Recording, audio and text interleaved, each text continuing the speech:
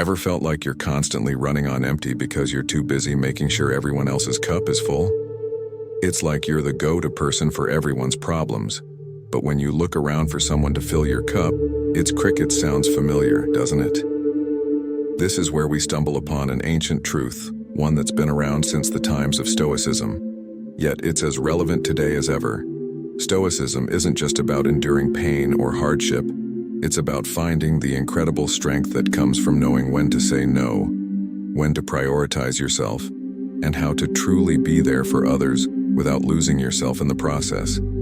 It's about mastering the art of not setting yourself on fire just to keep others warm, intrigued.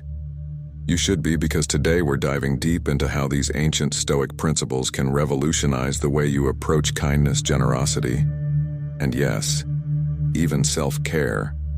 So if you've ever felt like you're giving too much of yourself away, or you're curious about how Stoicism can help you find a healthier balance, stick around. This one's for you. The only thing I ask of you is not to skip this video in any way. If you're here, consider yourself different from the majority. Consider yourself an exception. Now act like one and don't skip any part of the content. Picture this: you're the person. Everyone counts on the one who always says yes to every request, favor, and plea for help. It feels good, right? Being the go-to person, the one who fixes everything for everyone. But here's the kicker. It's like you're giving away pieces of yourself bit by bit, until one day you reach for something to give and find there's nothing left suddenly when the tables turn, and you're the one in need. You look around and realize you're standing alone. Why? Because you've given it all away. This is where the wisdom of Stoicism imparted by thinkers like Marcus Aurelius comes into play. He always emphasized the importance of self-care. He believed that we cannot be of service to others if we are not first taking care of ourselves. He would argue that our own well-being is the foundation upon which we can build our ability to help others. Without it, everything else crumbles. Let's use the analogy of two neighbors with gardens, which beautifully illustrates this point. One neighbor diligently tends to their own garden, first ensuring it's healthy and thriving because their garden is well maintained. They have an abundance to share with others. The other neighbor, however, is so busy tending to everyone else's gardens that they neglect their own. Over time, their garden becomes overgrown, wilted, and unproductive. The moral of the story: it's crucial to take care of your own garden before you can effectively help others with theirs. This doesn't mean you shouldn't help others. Stoicism teaches us about balance and sustainability in our acts of kindness. It asks us to consider: is my help sustainable? Am I looking after my well-being as well? Epictetus famously said, "It's not what happens to you but how you react to it that matters."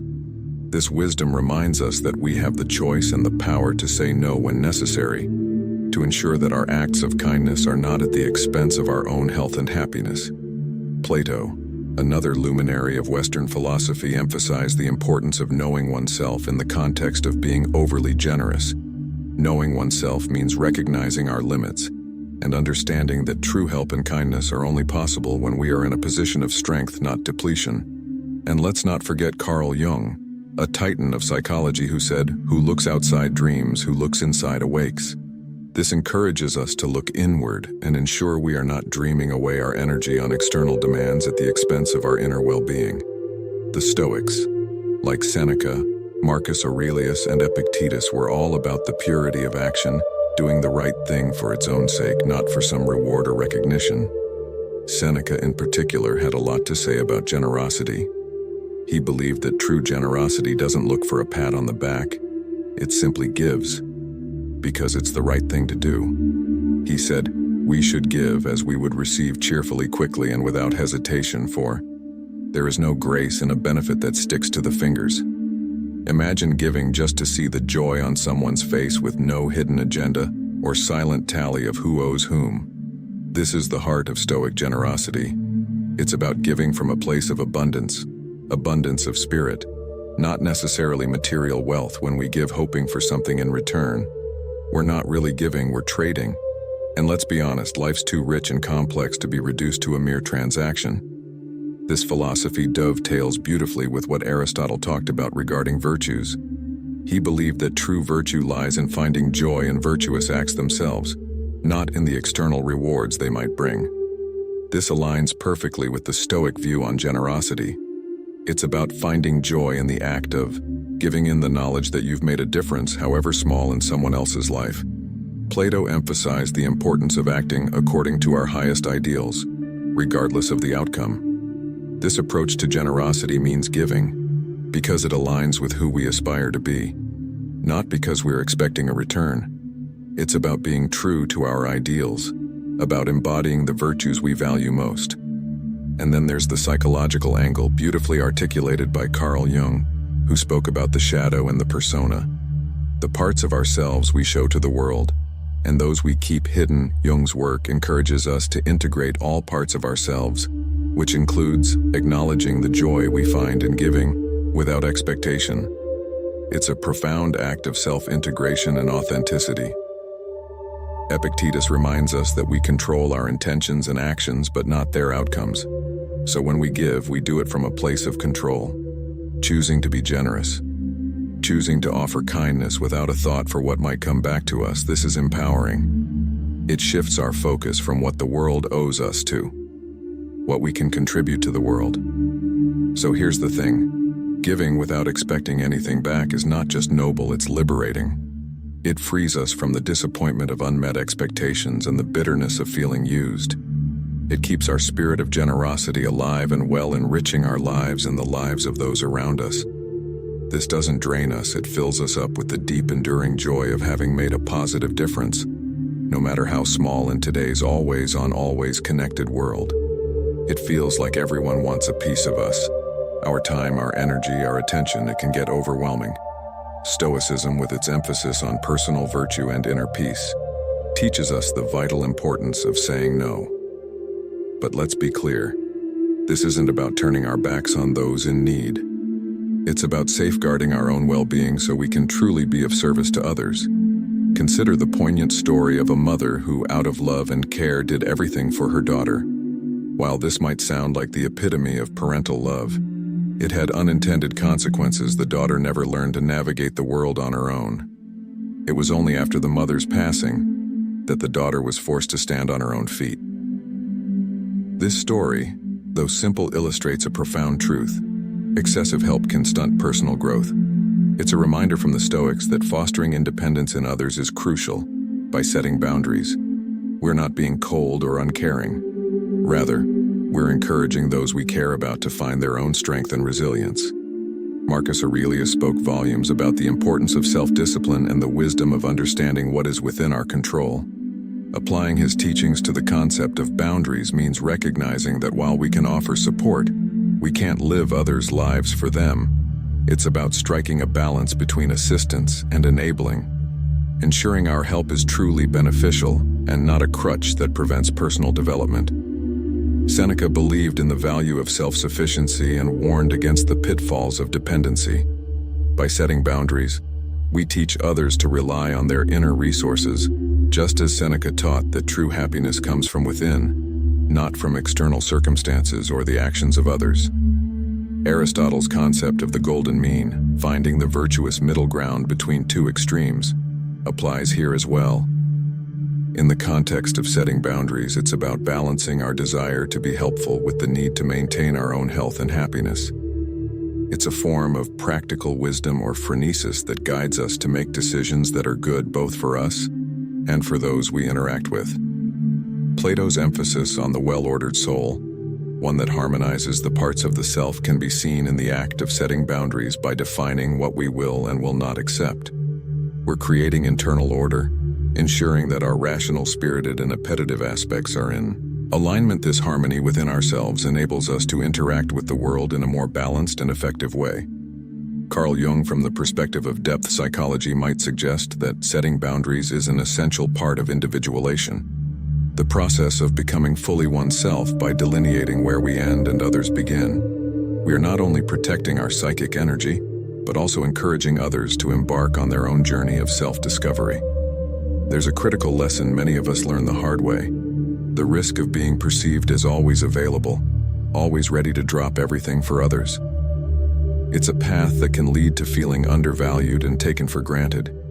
It's like You're the reliable old car that everyone expects to start in the morning without ever thinking about the maintenance it requires. But here's where the shift happens. A moment of transformation that Stoicism and its modern interpretations can guide us through beautifully when we begin to set boundaries to assertively say no. When circumstances demand it, we initiate a profound change. It's not just about refusing requests or denying help. It's about signaling a deep respect for our own time and energy. Marcus Aurelius would probably frame it as an act of self-respect. He famously said, "It's not the actions of others that disturb us, but our judgments about those actions in this context. Deciding to set boundaries is a judgment that our peace and well-being are paramount." Seneca offers wisdom that dovetails nicely with the idea of setting boundaries. He taught that true freedom comes from within, from being master of oneself. By choosing when and how to say no, we exercise this freedom, demonstrating that our time and energy are our own to allocate, not at the whims of others' demands. Epictetus would likely remind us that we cannot control how others perceive our actions, but we can control our actions themselves. Setting boundaries is an exercise in focusing on what's within our control, our own actions and responses. Plato might view the act of setting boundaries through the lens of his theory of forms, where the ideal form of helpfulness doesn't equate to limitless availability. Instead, it's about offering help in a way that is sustainable and respects the helper's integrity and well-being. Carl Jung, from the perspective of analytical psychology, might suggest that setting boundaries is crucial for individuation, the process of becoming fully oneself by marking out our limits. We define who we are in relation to others, which is essential for psychological health and personal development. So when we start to set boundaries, it's a declaration of our worth. It's telling the world, I value my time and energy, and you should too. This act doesn't make us less helpful or caring. On the contrary, it allows us to offer help when it truly matters without resentment or exhaustion. Clouding our intentions, it's about being respected, not just needed. This transformation isn't just liberating for us, it subtly teaches others to respect our time and energy as well. It's a lesson in mutual respect, a two-way street where our boundaries teach others how to interact with us in a way that honors our contributions and our limits. Remember that setting boundaries is not a sign of weakness or selfishness. It's a powerful statement of self-respect and an essential step towards healthy, balanced relationships. By valuing our own time and energy, we teach others to value them too. This shift not only enhances our sense of self-worth, but also deepens the respect we receive from those around us.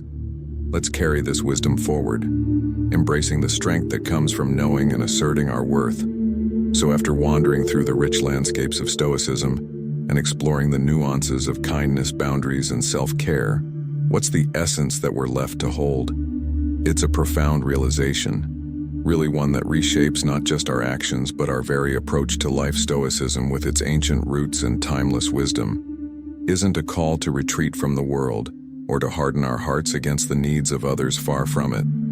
It's an invitation to engage with the world more deeply, more wisely, with a clear understanding of our own boundaries and a steadfast commitment to our inner peace.